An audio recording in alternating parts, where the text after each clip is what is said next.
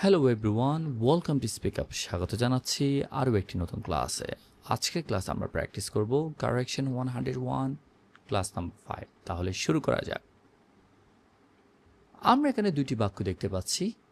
একটি হচ্ছে the poor R unhappy, আরেকটি হচ্ছে দ্য পোর ইজ আনহ্যাপি। এখানে কোন বাক্যটি শুদ্ধ? রাইট। অনেকে মনে করবে দ্য পোর ইজ আনহ্যাপি এ বাক্যটি হচ্ছে শুদ্ধ। এর কারণ হচ্ছে সাবজেক্ট এখানে সিঙ্গুলার, তাই ভার্ব হয়েছে সিঙ্গুলার, রাইট। কিন্তু এই বাক্যটি একটি ভুল বাক্য।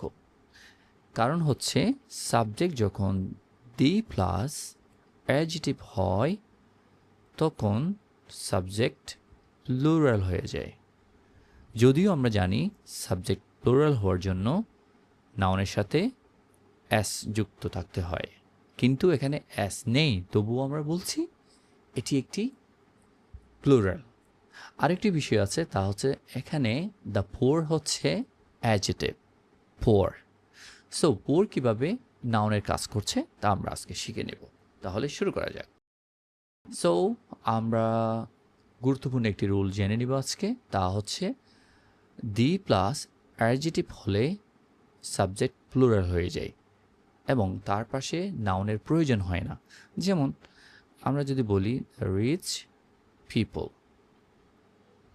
or the rich, right.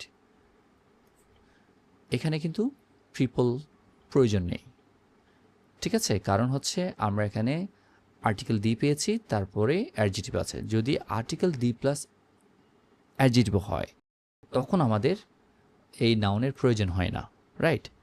যেমন the rich, the poor, the blind, the elderly, the young, the unemployed, the sick, the bias, এই সবগুলি হচ্ছে প্লুরাল। এরপরে আমাদের ভার্ব প্লুরাল লিখতে হবে, যেমন দ্য রিচ আর লিখতে হবে হ্যাপি। কেমন? So guys, remember this. Thank you.